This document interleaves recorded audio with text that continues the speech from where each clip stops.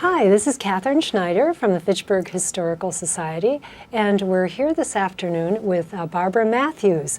And we are about to tell the story of the Fitchburg Library and how it came to be and all the work that went into bringing it into the community.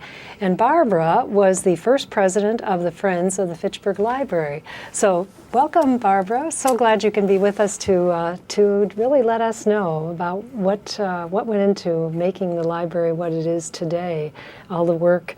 So I think many of the newer residents in Fitchburg probably are not aware of the fact that a library in Fitchburg is just a fairly recent addition to the community, and that there was a great deal of grassroots efforts that went into bringing it into creation. Would you give us maybe some background about when and how the Friends of the Fitchburg Library came about, and then why it was formed? Sure. It's wonderful to be here with you. Thank you so much for inviting me. Back in 2006, the mayor at the time, Tom Clotter, formed an ad hoc library committee. And that committee looked at potential costs of a library, location, design. When they finally decided that they wanted to move on, they formed a library board of trustees, which is something that you officially do with the state of Wisconsin. That library board then asked me to start a friends group because we were going to have to go to referendum in order to fund this library, in order for the city to come up with the money for it. And they wanted a friends group to be kind of a continuation of the library to the community, kind of something that would stand in the shoes of the library until the library was built. It would give the city that sense of what they could really expect for the money that was going to be invested in the library. Mm-hmm. So in 2007, we formed the Friends of the Fitchburg Library, and it was a true grassroots effort. We had no librarian to guide us. We had no volunteers that had library experience. We met at a local coffee shop a couple times a week and tried to formulate a plan. It was a lot of fun. A lot of fun, and it sounds like an exciting new venture, but perhaps with no particular guidance in terms of what had been done prior to it. It was new territory you were Correct. Getting into. It was very new territory for all of us. For all of you, without the experience, and yet you were willing to go ahead and venture forth and see what you could do in terms of having a library go to referendum to the voters. It was important to all of us. At that time, Fitchburg had 25,000 residents. It was the largest city in Wisconsin that did not have a library. Yet, the statistics shown that people had checked out over 300,000 books during that year. And the only library service they had was a bookmobile 5 hours a week. So the interest was there. It was just coming up with a plan. Mm-hmm. So there was a bookmobile at that point that would visit in Fitchburg then? Yes. How often did the bookmobile come to locate in Fitchburg then? It was 5 hours a week at different locations. I see. Mm-hmm. 5 hours a week compared to having a library on site as a building. Important to have a library in Fitchburg.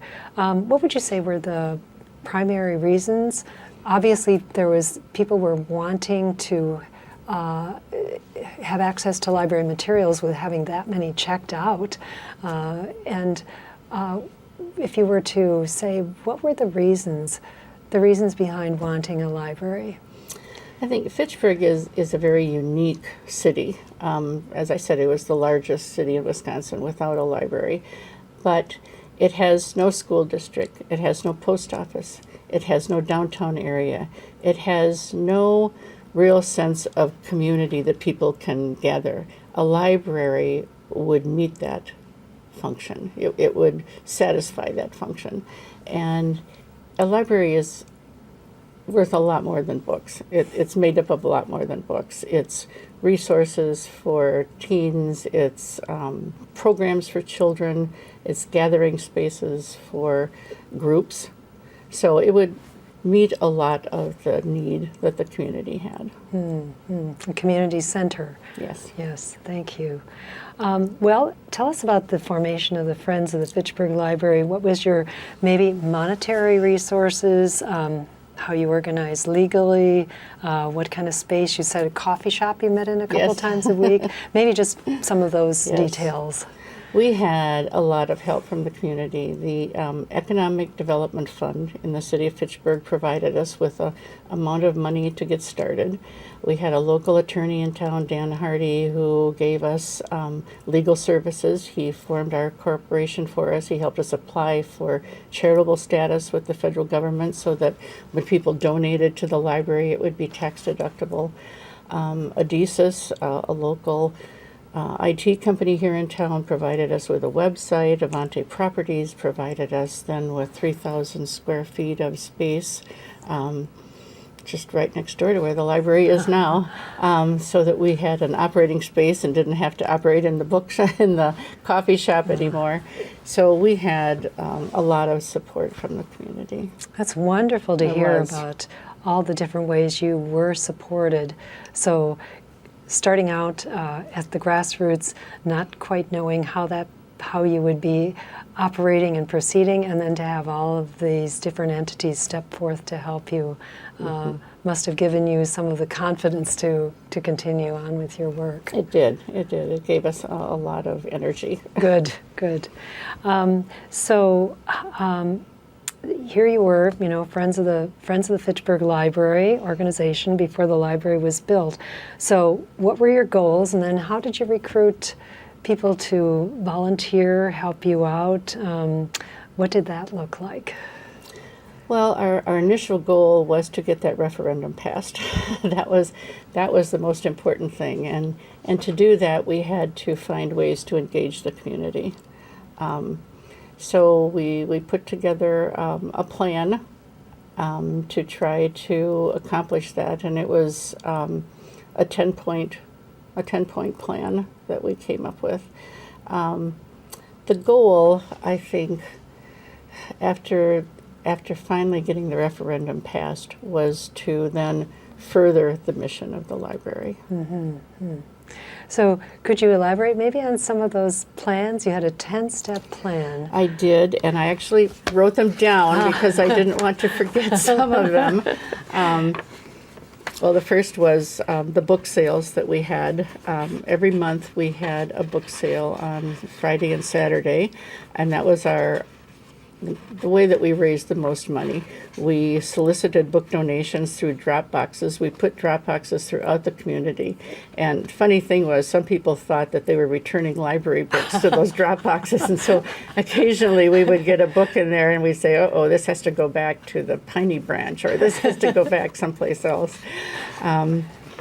We developed a trifold brochure that was made to every household in Fitchburg, and I brought a copy of that along. Wonderful. Because this is the brochure that won us an award with the American Library Association. And it tells, now is the time, and it shows insert library here, and there's just a vacant space. But inside, we said, what can a library do for Fitchburg? Who are the friends? And then there were ways to contribute and to volunteer. We were very proud of this, but it went to every household in Fitchburg, and the response was amazing. We got lots of volunteers. At one time, we had over 100 volunteers. That is amazing for an organization. It was amazing. 100 volunteers. It was. I think the city was ready. So we held author events and musical programs in our space. We gave away thousands of bookmarks to local schools. And those bookmarks, if they brought them to the book sales, the children could have a free book. We did book giveaways in English and in Spanish, and Spanish dictionaries. We ran a question and answer column in the local newspaper that highlighted the benefits of the library. We held story time and craft projects for children at the book sales. And we maintained a presence at any gathering in Fitchburg, whether it was the farmers market, the concerts at McKee, the art fair, and that usually involved giving away free books to children. And then Jeannie Seelig, the former mayor, and I taped a segment for Fact TV to give residents an idea of what a library would mean for the community. Wonderful. So you had multi ways of reaching out into the community and various events, and made your presence very much known, what you were about and what you were working toward. And I'm particularly taken with your brochure of insert library here, and then that's the space where the That's library right. would be built. A lot of talent went into preparing the brochure, all your other activities that you were involved, talent and energy to get all of this done. We had an amazing board of directors. Everybody, we called it a working board because we were all there was to begin with. And we had some very talented people on there, including the graphic artist who put this together for us. And while we're on this topic, we know that the Friends of the Fitchburg Library were recognized multiple times with awards for your efforts from the American Library Association. So the recognition must have just been a boost for you also to have them say you have done an amazing job. It was. This brochure, another program, a musical program where we had flyers made up, both won awards. They were called Good Friends Awards.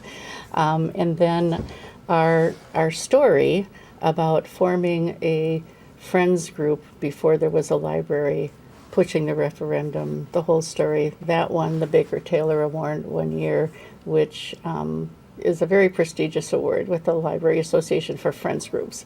And it came with a nice check for us. So we were very happy. And a little plaque that's still in the Friends office now at the library. So I'm sure you knew where to put that check to good use, Yes, too. we did. With the library and working toward that. Well, how wonderful to receive that recognition as you were going along and doing this work to create a library for the community. How long after the formation of the Friends of the Fitchburg Library did the library celebrate its grand opening? First question. And then what do you feel were the most important contributions of the Friends of the Fitchburg Library made to the realization of a library for the Fitchburg community? So sort of the time frame, you were formed in 2006, you said. 2007. Yeah, the ad hoc committee that Tom Clotter formed was in 2006. Then the library board, then the Friends group, 2007, I think the fall of 2007. And then the grand opening for the library was 2011. So it 4 was, years after your almost formation. 4 years, yeah. 4 years of a lot of hard work. A lot of hard work, but a lot of fun, you know, and friends now that will be lifetime friends for me that I didn't know before. You know, the first thing I did when we started the Friends was to contact Jeannie Seelig, because I knew that if anybody in the community knew people, it was Jeannie. And so she and I got together and came up with a group of people that we thought would be really helpful in this effort. Great. That's great. Yeah. So your realization then of it coming to be. So if you were to say what the contributions of the Friends of the Fitchburg Library were to the creation of the library, maybe in one sentence, what would you say? I think giving the community a sense of what they could expect in a library. And the monetary contributions that we made, because before the library was built, I think we were able to contribute $20,000 or $25,000, and then the ongoing contributions now from book sales and different programs and events that the Friends hold. And yes, and to say that you were in the ground floor in terms of getting the library going. But to say that the Friends of the Fitchburg Library ongoing in their contributions to the library and making sure the community knows about the library, promotes the events, and the monetary financial help given to the library also. Right. And providing volunteers. And providing, oh yes, for and the of course, library, yes. volunteers for the library. Well, What gives you, Barbara, the most satisfaction as you look back on the time and effort the Friends of the Fitchburg Library put into the goal of having a library in Fitchburg? I think the most satisfaction I get now, besides this beautiful building that we have, wonderful staff that we have, the resources that are there for the whole community, is the fact that the organization is still strong and it's still making a difference in the community. It's still helping people to understand that a library is more than just books. It's a succinct way of saying a library is more than books. Yes. So much more. Yes. And you and your group, Friends of the Fitchburg Library, helped to bring it about with your grassroots advocacy, your hard work, all the ways you promoted it through the years, bringing it to referendum, helping get it to referendum, and the support that you got from the community. So thank you on behalf of the Fitchburg community who are now enjoying the fruits of your labor. And I think you are a perfect example, you and the other volunteers, 100 volunteers, Yes. and many more since then, I'm sure, Yes. who care very much about making community a better place to live because of having something like the Fitchburg Library to be in the community.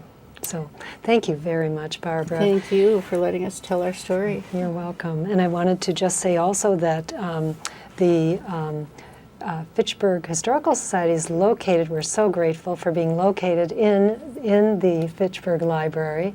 And we have a home there because of what you and others have done. And we also have a website. We're located in the library, but we also have a website, fitchburghistory.org, where this interview will be placed. And we are very grateful for being able to tell the story through you, Barbara, of the Fitchburg Library and the Friends of the Fitchburg Library. Thank you very much. Thank you.